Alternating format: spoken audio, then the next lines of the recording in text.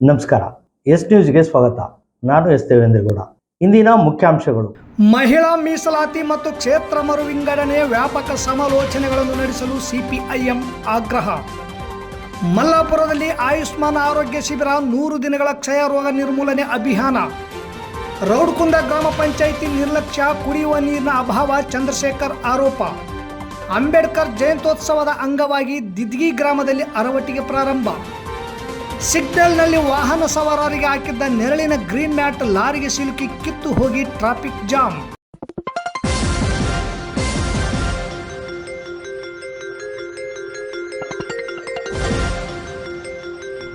S news, ಇದು ನಿಮ್ಮ ಧ್ವನಿ. ವಾರ್ತೆಗಳ ವಿವರ. ಮಹಿಳಾ ಮೀಸಲಾತಿಯನ್ನು ಮತ್ತೊಂದು ಗುರಿಯೊಂದಿಗೆ, ಅಂದರೆ 2011ರ ಜನಗಣತಿಯ ಆಧಾರದ ಮೇಲೆ ಕ್ಷೇತ್ರ ಮರು ವಿಂಗಡಣೆಯ ಮೂಲಕ ಸಂಸತ್ತು ಮತ್ತು ವಿಧಾನಸಭೆಗಳಲ್ಲಿ ಸ್ಥಾನಗಳ ಸಂಖ್ಯೆಯಲ್ಲಿ ಹೆಚ್ಚಳಕ್ಕೆ ಹೊಸ ಕೊಂಡಿಯನ್ನು ಕೊಡುವ ಮೋದಿ ಸರ್ಕಾರದ ಪ್ರಸ್ತಾವ ಅನೇಕ ಪ್ರಶ್ನೆಗಳನ್ನು ಎತ್ತುತ್ತದೆ ಮತ್ತು ಇದಕ್ಕೆ ಎಲ್ಲ ರಾಜ್ಯಗಳೊಂದಿಗೆ ಚರ್ಚೆ ಮತ್ತು ಸಮಾಲೋಚನೆ ಅಗತ್ಯವಿರುತ್ತದೆ. ಈ ಕುರಿತು ಎಲ್ಲ ರಾಜಕೀಯ ಪಕ್ಷಗಳು ಮತ್ತು ರಾಜ್ಯಗಳೊಂದಿಗೆ ವ್ಯಾಪಕ ಚರ್ಚೆಗಳು ಮತ್ತು ಸಮಾಲೋಚನೆಗಳನ್ನು ನಡೆಸಲು ಸಾಧ್ಯವಾಗುವಂತೆ ಈ ಪ್ರಸ್ತಾವನೆಗಳನ್ನು ಮುಂದೂಡಬೇಕೆಂದು ಸಿಪಿಐಎಂ ಆಗ್ರಹಪಡಿಸಿದೆ. ಸಿಪಿಐಎಂ ಸಂಸತ್ತು ಮತ್ತು ರಾಜ್ಯ ವಿಧಾನಸಭೆಗಳಲ್ಲಿ ಮಹಿಳೆಯರಿಗೆ 1/3 ಭಾಗದಷ್ಟು ಸ್ಥಾನಗಳ ಕಡ್ಡಾಯ ಮೀಸಲಾತಿಗೆ ಬದ್ಧವಾಗಿತ್ತು ಮತ್ತು ಬದ್ಧವಾಗಿದೆ.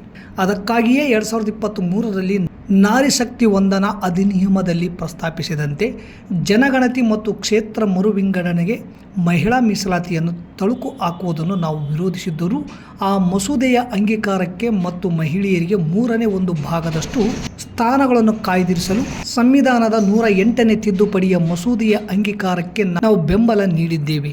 ಆ ಸಮಯದಲ್ಲಿಯೂ ಸಹ ಈ ರೀತಿ ತಳುಕು ಹಾಕುವುದರ ಅರ್ಥವೆಂದರೆ ಮಹಿಳೆಯರಿಗೆ 2024ರ ಚುನಾವಣೆಗಳಲ್ಲಿ ಮಾತ್ರವಲ್ಲದೆ 2029ರ ಚುನಾವಣೆಗಳಲ್ಲಿಯೂ 1/3 ಭಾಗದಷ್ಟು ಸ್ಥಾನಗಳ ಹಕ್ಕನ್ನು ನಿರಾಕರಿಸಲಾಗುತ್ತದೆ ಎಂದು ನಾವು ಹೇಳಿದ್ದೆವು ಎಂದು ಸಿಪಿಐಎಂ ಪಾಲಿಟ್ ಬ್ಯೂರೋ ಹೇಳಿದೆ. ಈಗ 2 ವರ್ಷಗಳು ಕಳೆದರೂ ಕ್ಷೇತ್ರ ಮರು ವಿಂಗಡಣೆ ಆಯೋಗವನ್ನು ಸ್ಥಾಪಿಸಿಲ್ಲ ಅಥವಾ ಆಶ್ವಾಸನೆ ನೀಡಿದಂತೆ ಜನಗಣತಿಯನ್ನು ಪ್ರಾರಂಭಿಸಲಾಗಿಲ್ಲ. ಸರ್ವಪಕ್ಷ ಸಭೆಗೆ ಪದೇ ಬೇಡಿಕೆ ಸಲ್ಲಿಸಿದರೂ ವಿರೋಧ ಪಕ್ಷಗಳೊಂದಿಗೆ ಯಾವುದೇ ಚರ್ಚೆಗಳಿಲ್ಲದೆ ಮೋದಿ ಸರ್ಕಾರ ಮತ್ತೊಮ್ಮೆ ಹೊಸ ಪ್ರಸ್ತಾವಗಳನ್ನು ಮಂಡಿಸಿದೆ. ರಾಜ್ಯ ವಿಧಾನಸಭಾ ಚುನಾವಣೆಗಳ ಸಮಯದಲ್ಲಿ ಚುನಾವಣಾ ಪ್ರಯೋಜನದ ಸಂಕುಚಿತ ರಾಜಕೀಯ ಉದ್ದೇಶದಿಂದ ಇಂತಹ ಪ್ರಸ್ತಾವವನ್ನು ಮಂಡಿಸುತ್ತಿರುವುದು ಅತ್ಯಂತ ಆಕ್ಷೇಪಾರ್ಹ. ಇದು ಶಿಕ್ಷಾರ್ಹವಲ್ಲ ಎಂದು ಮುಂದುವರಿದು ಸಿಪಿಐಎಂ ಹೇಳಿದೆ. ಈ ಪ್ರಸ್ತಾವವೇ ಮಹಿಳಾ ಮೀಸಲಾತಿಯನ್ನು ಮತ್ತೊಂದು ಗುರಿಯೊಂದಿಗೆ, ಅಂದರೆ 2011ರ ಜನಗಣತಿಯ ಆಧಾರದ ಮೇಲೆ ಕ್ಷೇತ್ರ ಮರು ವಿಂಗಡಣೆಯ ಮೂಲಕ ಸಂಸತ್ತು ಮತ್ತು ವಿಧಾನಸಭೆಗಳಲ್ಲಿ ಸ್ಥಾನಗಳ ಸಂಖ್ಯೆಯಲ್ಲಿ ಹೆಚ್ಚಳಕ್ಕೆ ಹೊಸ ಕೊಂಡಿಯನ್ನು ಕೊಡುತ್ತದೆ. ಇದು ಅನೇಕ ಪ್ರಶ್ನೆಗಳನ್ನು ಎತ್ತುತ್ತದೆ ಮತ್ತು ಇದಕ್ಕೆ ಎಲ್ಲ ರಾಜ್ಯಗಳೊಂದಿಗೆ ಚರ್ಚೆ ಮತ್ತು ಸಮಾಲೋಚನೆಯ ಅಗತ್ಯವಿರುತ್ತದೆ. ಸೀಟುಗಳ ಹೆಚ್ಚಳದ ಪರಿಣಾಮಗಳ ಕುರಿತು ಎಲ್ಲ ರಾಜಕೀಯ ಪಕ್ಷಗಳು ಮತ್ತು ರಾಜ್ಯಗಳೊಂದಿಗೆ ವ್ಯಾಪಕ ಚರ್ಚೆಗಳು ಮತ್ತು ಸಮಾಲೋಚನೆಗಳನ್ನು ನಡೆಸಲು ಸಾಧ್ಯವಾಗುವ ಈ ಪ್ರಸ್ತಾವಗಳನ್ನು ಮುಂದೂಡಬೇಕೆಂದು ಸಿಪಿಐಎಂ ಒತ್ತಾಯಿಸುತ್ತದೆ. 2029ರ ಸಾರ್ವತ್ರಿಕ ಚುನಾವಣೆಯಿಂದ ಮಹಿಳಾ ಮೀಸಲಾತಿಯನ್ನು ನಿರ್ದಿಷ್ಟ ಚೌಕಟ್ಟಿನಲ್ಲಿ ಜಾರಿಗೆ ತರಲು ಸಾಧ್ಯವಿದೆ ಎಂದು ನಾವು ಪುನರುಚ್ಚರಿಸುತ್ತೇವೆ. ಇದಕ್ಕೆ ಜನಗಣತಿ ಮತ್ತು ಕ್ಷೇತ್ರ ಮರು ವಿಂಗಡಣೆಯಿಂದ ಮಹಿಳಾ ಮೀಸಲಾತಿಯನ್ನು ಬೇರ್ಪಡಿಸಲು ಒಂದು ತಿದ್ದುಪಡಿಯ ಅಗತ್ಯವಿರುತ್ತದೆ. ಆದರೆ ಮೋದಿ ಸರ್ಕಾರಕ್ಕೆ ಹಾಗೆ ಮಾಡಲು ಅಗತ್ಯವಾದ ರಾಜಕೀಯ ಇಚ್ಛಾಶಕ್ತಿ ಇಲ್ಲ ಎಂಬುದು ಸ್ಪಷ್ಟ ಎಂದು ಸಿಪಿಐಎಂ ಪಾಲಿಟ್ ಬ್ಯೂರೋ ಹೇಳಿದೆ. ಕ್ಷಯರೋಗವನ್ನು ಸಂಪೂರ್ಣವಾಗಿ ನಿರ್ಮೂಲನೆ ಮಾಡಲು ಭಾರತ ಸರ್ಕಾರ 100 ದಿನಗಳ ತೀವ್ರ ಕ್ಷಯರೋಗ ಅಭಿಯಾನದ ಕಾರ್ಯಕ್ರಮ ಪ್ರಾರಂಭಿಸಿದೆ. ಈ ಅಭಿಯಾನದ ಪ್ರಮುಖ ಅಂಶಗಳು 24ನೇ ಮಾರ್ಚ್ 2026ರಿಂದ ಪ್ರಾರಂಭ. ಅವಧಿ 100 ದಿನಗಳ ಕಾಲ. ದೇಶಾದ್ಯಂತ ವಿಶೇಷವಾಗಿ 347ಕ್ಕೂ ಅತಿ ಹೆಚ್ಚು ಶಂಕಿತ ಜಿಲ್ಲೆಗಳಲ್ಲಿ ಟಿಬಿ ಪ್ರಕರಣಗಳನ್ನು ಶೀಘ್ರವಾಗಿ ಪತ್ತೆ ಹಚ್ಚುವುದು, ರೋಗ ನಿರ್ಣಯದ ವಿಳಂಬ ಕಡಿಮೆ ಮಾಡುವುದು ಮತ್ತು ಚಿಕಿತ್ಸೆಯನ್ನು ಸುಧಾರಿಸುವುದು ಆಗಿದೆ ಎಂದು ಕ್ಷೇತ್ರ ಆರೋಗ್ಯ ಶಿಕ್ಷಣಾಧಿಕಾರಿ ಗೀತಾ ಹಿರೇಮಠ್ ಹೇಳಿದರು. ಜಿಲ್ಲಾಡಳಿತ, ಜಿಲ್ಲಾ ಪಂಚಾಯಿತಿ, ಜಿಲ್ಲಾ ಆರೋಗ್ಯ ಮತ್ತು ಕುಟುಂಬ ಕಲ್ಯಾಣ ಇಲಾಖೆ, ರಾಯಚೂರು ತಾಲೂಕು ಆರೋಗ್ಯ ಅಧಿಕಾರಿಗಳ ಕಾರ್ಯಾಲಯ ಹಾಗೂ ಪ್ರಾಥಮಿಕ ಆರೋಗ್ಯ ಕೇಂದ್ರ ಹಾರಾಪುರ್ ಬೂತ್ಲದಿನ್ನಿ ಉಪಕೇಂದ್ರದ ವ್ಯಾಪ್ತಿಗೆ ಬರುವ ಮಲ್ಲಾಪುರ ಗ್ರಾಮದಲ್ಲಿ ಆಯುಷ್ಮಾನ್ ಆರೋಗ್ಯ ಶಿಬಿರ ಕಾರ್ಯಕ್ರಮದ ಜೊತೆಗೆ 100 ದಿನಗಳ ಕ್ಷಯ ರೋಗ ನಿರ್ಮೂಲನೆ ಅಭಿಯಾನ ಹಮ್ಮಿಕೊಂಡು ಮಾತನಾಡಿದ ಅವರು, ಆರೋಗ್ಯ ಕಾರ್ಯಕರ್ತರು ನೇರವಾಗಿ ಮನೆಗೆ ಭೇಟಿ ನೀಡಿ ಟಿಬಿ ಲಕ್ಷಣಗಳು ಇರುವವರನ್ನು ಪರೀಕ್ಷಿಸುತ್ತಾರೆ. ಉಚಿತ ತಪಾಸಣೆಯ ಜೊತೆಗೆ ಎಕ್ಸ್ರೇ ಮತ್ತು ಕಫ ಪರೀಕ್ಷೆಗಳನ್ನು ಕೂಡ ಮಾಡಲಾಯಿತು. ನಿಕ್ಷಯ ಪೋಷಣ ಯೋಜನೆ ಟಿಬಿ ರೋಗಿಗಳಿಗೆ ಪೌಷ್ಟಿಕ ಆಹಾರಕ್ಕಾಗಿ ನೀಡುವ ಮಾಸಿಕ ಆರ್ಥಿಕ ಸಹಾಯವನ್ನು 500ರಿಂದ 1,000ಕ್ಕೆ ಹೆಚ್ಚಿಸಲಾಗಿದೆ. ನಿಕ್ಷಯ ಮಿತ್ರ ಯೋಜನೆ ಟಿಬಿ ಇರೋ ರೋಗಿಗಳಿಗೆ ಪೌಷ್ಟಿಕಾಂಶದ ಬೆಂಬಲ ನೀಡಲು ಸಾರ್ವಜನಿಕರು ಮತ್ತು ಸಂಸ್ಥೆಗಳನ್ನು ಪ್ರೋತ್ಸಾಹಿಸುವುದಾಗಿದೆ. ಸಮಾಜದಲ್ಲಿ ಟಿಬಿ ಬಗ್ಗೆ ಇರುವ ಕಳಂಕವನ್ನು ಹೋಗಲಾಡಿಸುವ ಗುರಿಯನ್ನು ಹೊಂದಿದೆ ಎಂದರು. ಈ ಕಾರ್ಯಕ್ರಮದಲ್ಲಿ ಸುರೇಶ್ ಎಸ್ಟಿಎಸ್, ಅಮೀದ್ ಎಸ್ಟಿಎಲ್ಎಸ್, ಸಂಗಮೇಶ್ ಎಸ್ಟಿಎಲ್ಎಸ್, ಪ್ರೇಮ PHCO, ದೀಪಿಕಾ CHO ಸೇರಿದಂತೆ ಸಾರ್ವಜನಿಕರಿದ್ದರು. ಕೆಮ್ಮುತ್ತೀವಲ್ಲ, ಹೆಂಗೆ ಕೆಮ್ತೀವಿ ಅಂದರೆ ನಮ್ಮ ಎದೆಗೂಡೆಲ್ಲ ಒಳಗೋಗಿ ಹೊರಗೆ ಬಂದಾಗ ಕೆಲವು ಸಲ ಏನಾಗುತ್ತೆ, ರಕ್ತ ಬರುವಂಥ ಸಾಧ್ಯತೆಯೂ ಇರುತ್ತೆ. ಅಂಥವೆಲ್ಲ ಲಕ್ಷಣಗಳಿದ್ದಾಗ ನಾವೇನು ಮಾಡ್ತೀವಿ, ಇಮಿಡಿಯೇಟಾಗಿ ಅಂದರೆ ತಕ್ಷಣವೇ ಏನು ಮಾಡಬೇಕು, ಚಿಕಿತ್ಸೆಯನ್ನು ಪಡ್ಕೋಬೇಕು.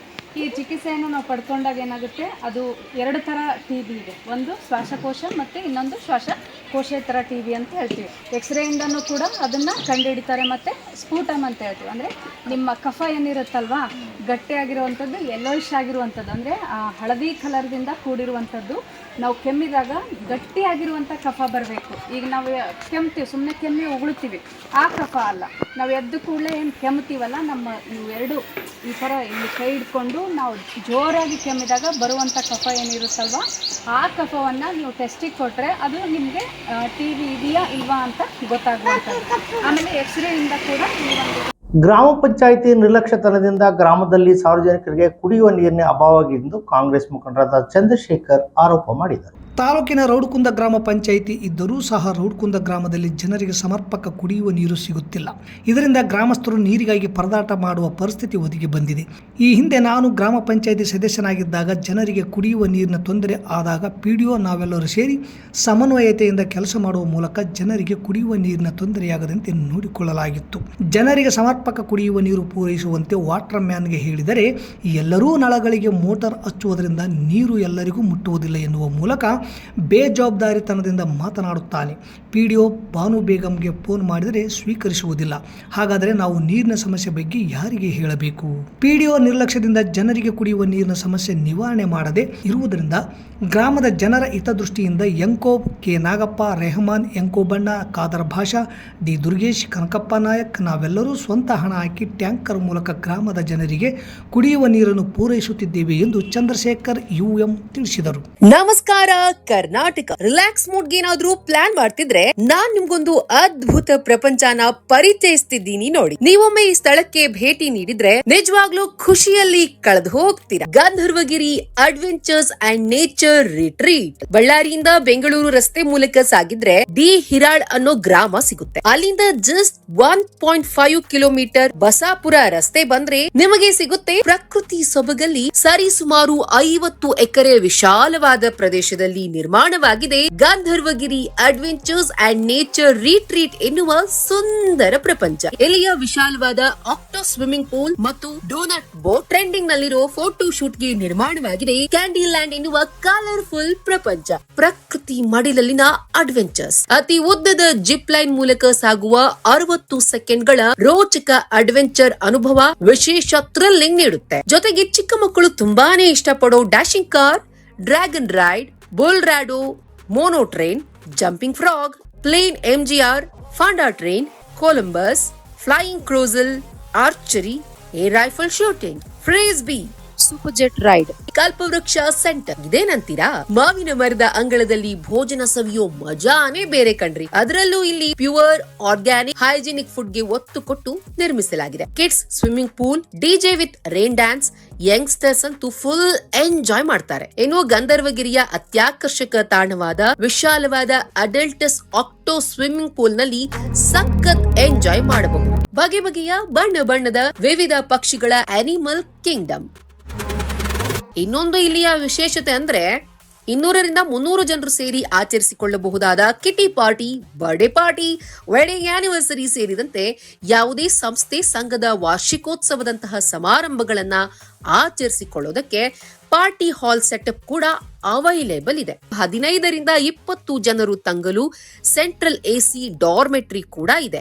ಪ್ರತ್ಯೇಕವಾಗಿ ತಂಗಲು 3 AC ರೂಮ್ಗಳ ಸೌಲಭ್ಯವೂ ಲಭ್ಯವಿದೆ. ಫ್ಯಾಮಿಲಿ ಮತ್ತು ಫ್ರೆಂಡ್ಸ್ ಗ್ರೂಪ್ ಗಳಿಗೆ ವಿಶೇಷವಾದ ಟೆಂಟ್ ಹೌಸ್ ಮತ್ತು ಫೈರ್ ಕ್ಯಾಂಪ್ ಕೂಡ ಅವೈಲೇಬಲ್ ಇದೆ. ಮತ್ತೆ ತಡ, ಹಿಂದೆ ಭೇಟಿ ನೀಡಿ Gandharvagiri adventures and nature retreat, Bengaluru ರಸ್ತೆ, ಡಿ ಹಿರಾಳ್, ಟುವರ್ಡ್ಸ್ ಬಸಾಪುರ, ಬಳ್ಳಾರಿ. ಹೆಚ್ಚಿನ ಮಾಹಿತಿಗಾಗಿ ಸ್ಕ್ರೀನ್ ಮೇಲೆ ಕಾಣಿಸೋ ನಂಬರ್ಸ್ಗೆ ಸಂಪರ್ಕಿಸಿ.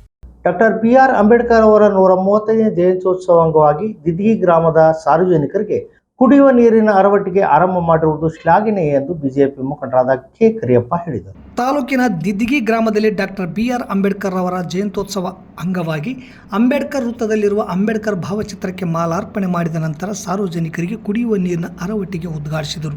ಬೇಸಿಗೆಯಲ್ಲಿ ಸಾರ್ವಜನಿಕರಿಗೆ ಕುಡಿಯುವ ನೀರಿನ ತೊಂದರೆಯಾಗದಂತೆ ನೋಡಿಕೊಳ್ಳುವ ಸದುದ್ದೇಶದಿಂದ ಕೆ ಕರಿಯಪ್ಪ ಅಭಿಮಾನಿ ಬಳಗ ಹಾಗೂ ಗ್ರಾಮಸ್ಥರು ಸೇರಿ ಅರವಟ್ಟಿಗೆ ಮಾಡುವ ಮೂಲಕ ಗ್ರಾಮದ ಯುವಕರು ಜನಪರ ಕೆಲಸ ಮಾಡುತ್ತಿದ್ದು ಅವರಿಗೆ ಅಭಿನಂದನೆ ಸಲ್ಲಿಸುತ್ತೇನೆ ಎಂದರು. ಕುಡಿಯುವ ನೀರಿನ ಅರವಟ್ಟಿಗೆ ಮಾಡುವುದು ಪುಣ್ಯದ ಕೆಲಸ. ಆಹಾರ ಇಲ್ಲದೆ ಮನುಷ್ಯ ಬದುಕುವುದು, ಆದರೆ ನೀರು ಇಲ್ಲದೆ ಬದುಕಲು ಸಾಧ್ಯವಿಲ್ಲ. ನೀರಿನ ಅರವಟ್ಟಿಗೆ ಸದುಪಯೋಗ ಮಾಡಿಕೊಳ್ಳುವಂತೆ ಸಾರ್ವಜನಿಕರಲ್ಲಿ ಮನವಿ ಮಾಡಿಕೊಂಡರು. ಬಿಜೆಪಿ ಗ್ರಾಮೀಣ ಮಂಡಲ ಅಧ್ಯಕ್ಷರಾದ ವೆಂಕೋಬ ನಾಯಕ್, ಕೆ ಕರಿಯಪ್ಪ ಅಭಿಮಾನಿ ಬಳಗ ಹಾಗೂ ಗ್ರಾಮದ ಮುಖಂಡರಾದ ಆದಪ್ಪ ನಾಯಕ್, ದಳಪತಿ, ಕರಿಯಪ್ಪ ನಾಯಕ್ ಸುಲ್ತಾನ್ಪುರ, ಗ್ರಾಮ ಪಂಚಾಯಿತಿ ಮಾಜಿ ಅಧ್ಯಕ್ಷರಾದ ಮೋನೇಶ್, ಲಿಂಗಪ್ಪ ಹುನಗುಂದ, ವೀರಭದ್ರಪ್ಪ, ನರಸಪ್ಪ ಯಾದವ್ ಸೇರಿದಂತೆ ಗ್ರಾಮದ ಮುಖಂಡರು, ಯುವಕರು ಕಾರ್ಯಕ್ರಮದಲ್ಲಿ ಪಾಲ್ಗೊಂಡಿದ್ದರು.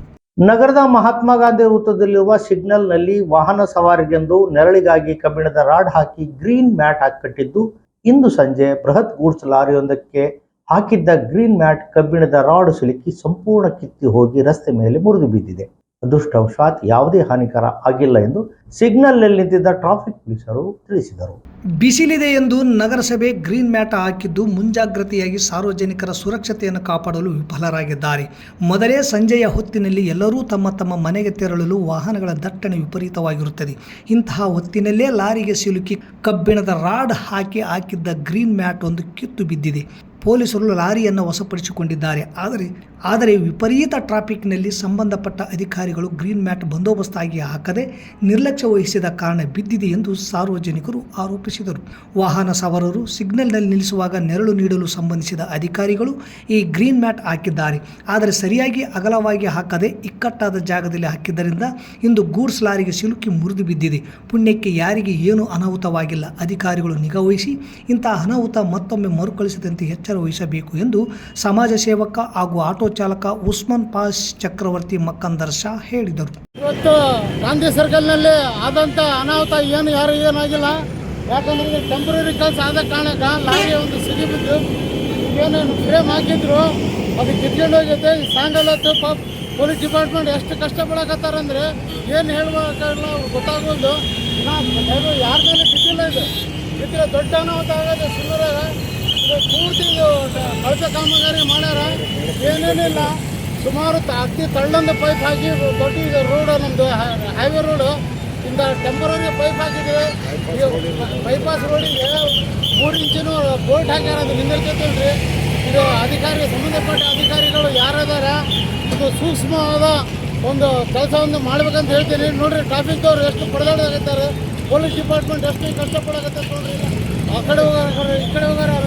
ಸಾಯಂಕಾಲ ಹೊತ್ತು ಇಲ್ಲಿ ಜನ ಅಲ್ಲಿ ಯಾರು ನಿಂತಿಲ್ಲ. ನಿಂತ ಕಾರಣಕ್ಕೆ ಯಾರು ಪ್ರಾಣ ಅಪಾಯ ಆಗಿಲ್ಲ. ಆದರೆ ಭಾಳ ಅನಾಹುತ ಈಡಾಗ್ತಿದ್ರು. ಇದಕ್ಕೆ ಸಂಬಂಧಪಟ್ಟ ಅಧಿಕಾರಿಗಳು ಇದು ಸೂಕ್ತ ಒಂದು ಕೆಲಸವನ್ನು ಮಾಡಬೇಕಂತ ಹೇಳಿ ನಾನು ಇಷ್ಟಪಡ್ತೇನೆ. ಜೈ ಹಿಂದ್, ಜೈ ಕರ್ನಾಟಕ. ಇಲ್ಲಿಗೆ ವಾರ್ತಾ ಪ್ರಸಾರ ಮುಕ್ತಾಯವಾಗಿದೆ. ನಿರಂತರ ಸುದ್ದಿಗಾಗಿ ವೀಕ್ಷಿಸಿ ಎಸ್ ನ್ಯೂಸ್, ಇದು ನಿಮ್ಮ ಧ್ವನಿ. ನಮಸ್ಕಾರ.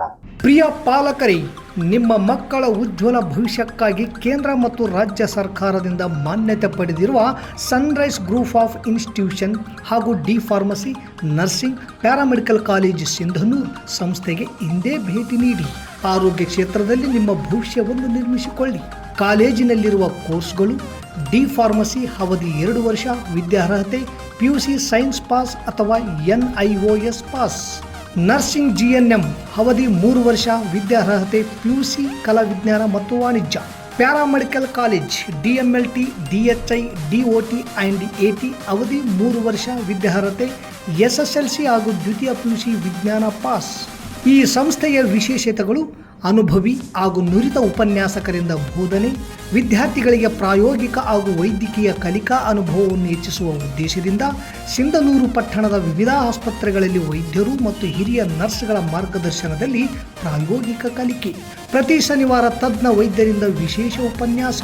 ವಿದ್ಯಾರ್ಥಿಗಳಿಗೆ ಕಲಿಕಾ ಅನುಭವಕ್ಕಾಗಿ ಸಿಂಧನೂರು ಹಾಗೂ ವಿವಿಧ ನಗರದ ವೈದ್ಯರ ವತಿಯಿಂದ ಉಚಿತವಾಗಿ ನಡೆಯುವ ಸುಮಾರು ಆರೋಗ್ಯ ತಪಾಸಣಾ ಶಿಬಿರ ಹಾಗೂ ಸ್ವಯಂ ಪ್ರೇರಿತ ರಕ್ತದಾನ ಶಿಬಿರದಲ್ಲಿ ವಿದ್ಯಾರ್ಥಿಗಳು ಭಾಗವಹಿಸಿ ವಿಶೇಷ ಕಲಿಕಾ ಅನುಭವವನ್ನು ಪಡೆದಿರುತ್ತಾರೆ. ಸಮಾಜದಲ್ಲಿ ಆರೋಗ್ಯದ ಅರಿವು ಮೂಡಿಸುವ ಉದ್ದೇಶದಿಂದ ವಿದ್ಯಾರ್ಥಿಗಳ ಸಹಭಾಗಿತ್ವದಲ್ಲಿ ವಿವಿಧ ಆರೋಗ್ಯ ಜಾಗೃತಿ, ಆರೋಗ್ಯ ಜಾಥಾ ಕಾರ್ಯಕ್ರಮಗಳು ಹಾಗೂ ಆರೋಗ್ಯ ಶಿಕ್ಷಣ ಚಟುವಟಿಕೆಗಳನ್ನು ಹಮ್ಮಿಕೊಳ್ಳಲಾಗುತ್ತದೆ. ಪರಿಸರ ಸ್ವಚ್ಛತೆ ಮತ್ತು ಆರೋಗ್ಯಕರ ಜೀವನ ಶೈಲಿಯ ಕುರಿತು ಜನರಲ್ಲಿ ಅರಿವು ಮೂಡಿಸಲಾಗುತ್ತದೆ. ಸುಸಜ್ಜಿತ ಕಟ್ಟಡಗಳು, ಸ್ಮಾರ್ಟ್ ಕ್ಲಾಸಸ್, ಆಧುನಿಕ ಲ್ಯಾಬ್ ಸೌಲಭ್ಯಗಳು ಹಾಗೂ ಪ್ರಾಯೋಗಿಕ ತರಬೇತಿ ವ್ಯವಸ್ಥೆ, ವಿದ್ಯಾರ್ಥಿಗಳ ಸುರಕ್ಷತೆಗಾಗಿ ಸಿಸಿ ಕ್ಯಾಮೆರಾ ಅಳವಡಿಸಲಾಗಿದೆ. ವಿದ್ಯಾರ್ಥಿಗಳಿಗೆ ವಿವಿಧ ಖಾಸಗಿ ಆಸ್ಪತ್ರೆಗಳು ಹಾಗೂ ವಿವಿಧ ಫಾರ್ಮಾ ಕಂಪನಿಗಳ ಸಹಯೋಗದಲ್ಲಿ ಕ್ಯಾಂಪಸ್ ಸಂದರ್ಶನದ ಮೂಲಕ ನೇರ ಉದ್ಯೋಗದ ಅವಕಾಶವನ್ನು ಕಲ್ಪಿಸಲಾಗುತ್ತದೆ. ಪ್ರವೇಶಕ್ಕಾಗಿ ಹಿಂದೆ ಸಂಪರ್ಕಿಸಿ.